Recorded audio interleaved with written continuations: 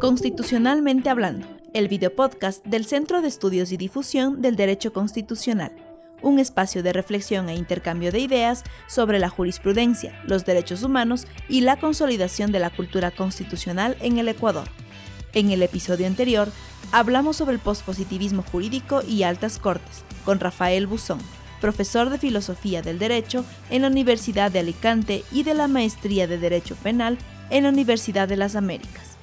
En el episodio 19 conversaremos con Joseph Aguiló, catedrático de la Filosofía del Derecho de la Universidad de Alicante y miembro del Consejo Editor de la revista Doxa desde su fundación. Ha participado como profesor en múltiples cursos de doctorado, en maestrías y en cursos de capacitación a jueces y magistrados, tanto en Europa como en Latinoamérica. Bienvenidas y bienvenidos. Realizamos una breve conversación pensada en topar ciertas aristas relacionadas con el proceso de constitucionalización de los estados modernos que son herederos de la tradición del civil law. Profesor, muchísimas gracias por aceptar la invitación, y la primera pregunta que quisiera hacerle es, desde la perspectiva de un ciudadano cualquiera que no tiene mayor conocimiento jurídico más allá del usual, ¿cómo le explicaría a usted el cambio que representa la constitucionalización del ordenamiento jurídico? ¿En qué le afecta, digamos, en su vida diaria el hecho de que su ordenamiento ahora está constitucionalizado? A ver, habría que explicarle algunas cosas. Cuando un ordenamiento se constitucionaliza, quiere decir que la Constitución ha cambiado su rol jurídico. Ha dejado de ser un rol estrictamente político, que es de donde venimos. Las constituciones jugaban un rol meramente político, sino que pasa a jugar un rol jurídico.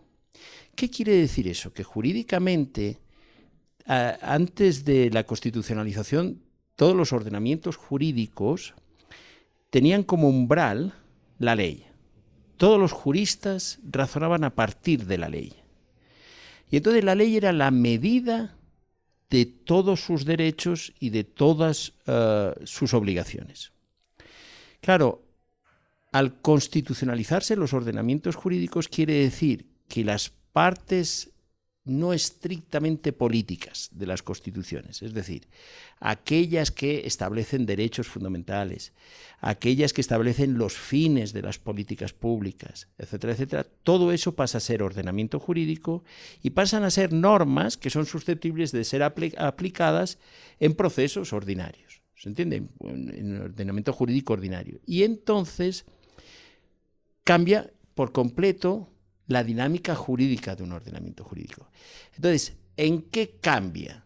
Pues que su perspectiva cambia drásticamente. Es decir, pasa a todos los derechos y garantías constitucionales, pasan a ser exigibles a efectos de legalidad y jurisdicción. ¿Por qué? Pues porque antes, cuando el ordenamiento no estaba constitucionalizado, el principio que regía es que el principal intérprete de la Constitución era la ley. Y a partir de eso los juristas leían las leyes y ya está. Chao. A partir de entonces se puede empezar a hablar de la constitucionalización. Es decir, hay que leer las leyes de tal manera que sean conformes a las normas constitucionales. Y por tanto eso cambia la perspectiva general y el papel de los derechos completamente en un ordenamiento jurídico. Ese diría que es el cambio más importante. Ahora, ¿cuáles son sus motivos para considerar que es el precedente o las normas de origen judicial la herramienta fundamental para lograr este proceso de constitucionalización del ordenamiento jurídico? A ver, el planteamiento que yo hago de la cuestión es: el precedente y las normas de origen judicial son un hecho y han sido siempre un hecho. En los sistemas de civil law hubo siempre normas de origen judicial. Otra cosa es que se ocultaba y se presentaban como mera doctrina legal.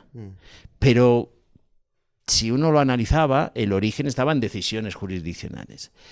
Pero se presentaba, ¿y por qué se presentaba así? Pues porque había problemas ideológicos supuestamente solo pueden crear normas los legisladores y los jueces no pueden crear normas, pero una de las explicaciones que he tratado de hacer en esta charla pues es tratar de mostrar que eso ha sido falso, siempre.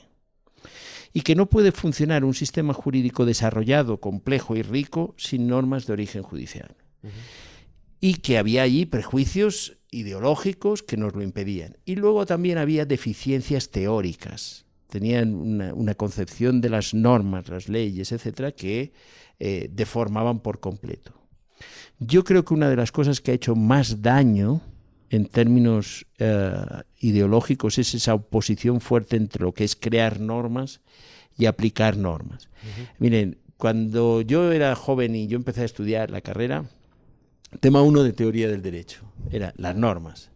Tema 2, creación y aplicación de normas, como dos operaciones totalmente opuestas e incompatibles, y donde el legislador simplemente creaba y el juez simplemente aplicaba. Y cualquier mixtura o cualquier punto intermedio o algo que fuera distinto a crear y aplicar, a ese binomio crear-aplicar, se veía como un anatema.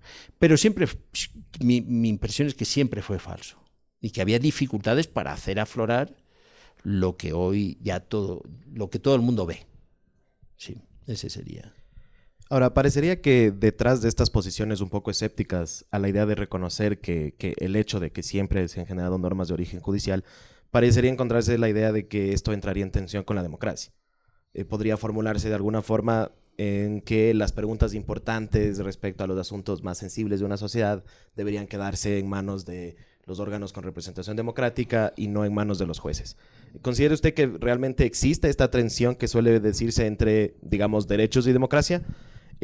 Cuando el juez crea derecho, ¿está realmente compitiendo con el legislador? Y si existe esta tensión, ¿cómo podría resolverse en el Estado constitucional? A ver, hay dos cosas que yo creo que son distintas. Que en el Estado constitucional hay malas decisiones y malos jueces que invaden y torpedean el procedimiento democrático. Eso a mí me parece claro que lo hay. O sea, en todos lados. En todos lados, eso existe. Por tanto, pero eso es desviación judicial, no es la construcción teórica de las relaciones entre democracia y poder judicial, ¿no? Por tanto, esa sería mi primera objeción, mi primer comentario. Claro, yo soy de los que piensan que si se tiene una teoría bien construida de los derechos, no hay oposición entre derechos y democracia. Porque, a ver, los derechos son contramayoritarios. Es decir, los derechos fundamentales es aquello que la democracia no puede disponer. ¿De acuerdo? Pero bien mirado, los derechos democráticos, los derechos de participación política, la democracia tampoco puede quitarlos. ¿Se entiende? Y en ese sentido, en la medida en que esté fundada en derechos, es también contramayoritaria. Fíjese la diferencia que hay, yo creo que eso es esencial, es uno de los grandes cambios que ha ocurrido, la gran diferencia que hay entre ver la Constitución como la expresión de la soberanía constituyente, a ver la Constitución fundada en derechos, una práctica fundada en derechos, porque entonces ya todo lo que era la soberanía y la voluntad estrictamente. ¿Que puede haber tensiones? Sí, pero esas tensiones son gestionables, como puede haber tensiones entre igualdad y libertad, y eso es gestionable. Bueno, yo diría que en este caso también lo son. Algunas son artificiosas, son puros conflictos políticos en las que algunos jueces juegan un papel político, pero eso no es más que desviación judicial, podríamos decir, ¿no? Ahora, creo que también está relacionado un poco a este tema, si ya nos enfocamos específicamente en los precedentes. En su prontuario nos indica que esta división que usualmente se plantea entre jueces formalistas y jueces activistas, en realidad sería una falsa dicotomía. Porque introduciendo la idea de Alfred Ross de que en todo juez conviven dos fuerzas contrapuestas, la conciencia jurídica formal y la conciencia jurídica material, quisiera que nos explique un poquito esta idea de por qué esta sería una falsa dicotomía y posteriormente, si es posible, decirnos ¿cuál sería el juez ideal para Josep Aguiló? Ok, vamos a ver. ¿Por qué es una falsa dicotomía? Porque es como que te fuerza a elegir entre dos malos jueces. El juez formalista es un mal juez, es alguien que toma de una manera absolutamente parcial el derecho, como el derecho y la aplicación del derecho no cumpliera ninguna función social, ¿se entiende? Y por tanto no tuviera ninguna pretensión de justicia, es simplemente aplicar reglas, es como realizar sudokus. Pues no, esa forma de entender el derecho es una forma drásticamente equivocada. Entonces, yo no puedo elegir ese juez, pero el juez activista, que viene a decir las formas en el derecho no cuentan. Lo que cuenta es atacar directamente la justicia, es decir, a realizar la justicia y por tanto puedo saltarme las formas jurídicas. Es un mal juez, no está jugando el rol de juez, está jugando otro rol. Entonces, ¿por qué no hay que elegir? Porque lo que yo decía en la conferencia, hay un viejo proverbio judío que decía, cuando hay que elegir entre males, el pesimista se queda con los dos. Y yo no me quiero quedar con ninguno. Lo que sí es verdad es que hay una tensión fuerte entre lo que se llama el juez ideal, que tira más hacia la conciencia jurídica formal, y el juez ideal que toma más en cuenta la conciencia jurídica material. A ver, si usted me pregunta a mí, yo diría, yo tengo una cierta tendencia a hacer que prevalezca la conciencia jurídica material, pero, y en eso siempre lo diría algo así como, el juez tiene que hacer justicia a través del derecho. O sea, el derecho sin justicia no tiene sentido desde la perspectiva de la imparcialidad, ¿de acuerdo? Claro. El juez es alguien, un actor que actúa imparcialmente. No tiene sentido. Entonces, en ese sentido debe impartir justicia, pero siempre a través del derecho. ¿Y de dónde proviene el valor del derecho? Pues que es la única chance que tenemos de impartir justicia, no hay más. Y entonces, los jueces activistas que se saltan las formas jurídicas, en el fondo no consolidan nada y acaban poniendo en riesgo lo que es valioso, que es la práctica jurídica orientada por reglas, que diría que ese es el asunto. Reglas bien entendidas, es decir, reglas orientadas por principios y valores. Entonces, digamos, su juez ideal estaría mucho más parecido al juez de Atienza que al juez de Laporta. Sí. Yo me identifico muchísimo más con el modelo de juez de Atienza que el de Laporta. Sí. Ahora, para cerrar, la última pregunta que quisiera hacerle es que en el Ecuador, ya centrándonos específicamente en este contexto, el proceso de constitucionalización del derecho no ha ocurrido con la misma velocidad, digamos, que en otros ordenamientos que podrían ser considerados más o menos semejantes. De hecho, aquí creo que podríamos sostener que todavía se mantiene esta idea de que habrían una esfera de legalidad y una esfera de constitucionalidad que serían cosas separadas y que habrían conflictos que son solo de un tipo o solo de otro. ¿Qué tipo de, digamos, mecanismos o cómo se puede estimular el proceso de constitucionalización de un ordenamiento jurídico para que definitivamente la Constitución invada estos áreas del derecho que usualmente se han entendido como ordinarias y que usualmente se han entendido como ajenas o no tan relevantes para la Constitución? A ver, en el fondo yo lo vería de esta manera. La academia tiene un papel muy importante. Una de las claves es el derecho constitucional ya no es de los profesores de derecho constitucional, bien entendido. Hay un derecho civil constitucional. ¿Cuáles son los derechos? Por ejemplo, si uno se pregunta, la capacidad jurídica, los incapaces, ¿cuáles son los derechos de los incapaces? Todo eso nos plantea preguntas de relevancia constitucional con las declaraciones de incapacitación, y esa es una respuesta que no se puede dar solo desde el Código Civil. Plantea problemas esencialmente constitucionales, que no quiere decir que los tienen que resolver los constitucionalistas o los profesores de derecho constitucional, no. Es quien sabe de verdad problemas de la capacidad y de las incapacitaciones, el que tiene que hacer constitucional y ver qué quiebras de constitucionalidad hay en esa normativa, y tiene que orientarlo en ese sentido. Entonces, queda trabajo por hacer, sí, pero el ordenamiento bien entendido es ese. Y lo mismo pasa con el derecho administrativo, y lo mismo pasa con el derecho mercantil, etcétera, etcétera. ¿Qué prácticas son compatibles con la Constitución y qué prácticas no lo son? Y en ese sentido la constitucionalización es tarea de todos. Yo lo que creo que es muy malo que se acabe consolidando esa idea de que una cosa son cuestiones de legalidad y otra cosa son cuestiones de constitucionalidad, porque el ejemplo de la incapacitación es un ejemplo clarísimo, que dices, no hay manera de resolver uno sin resolver el otro, o sea, tiene que haber una continuidad. Y eso es lo que hay que abordar.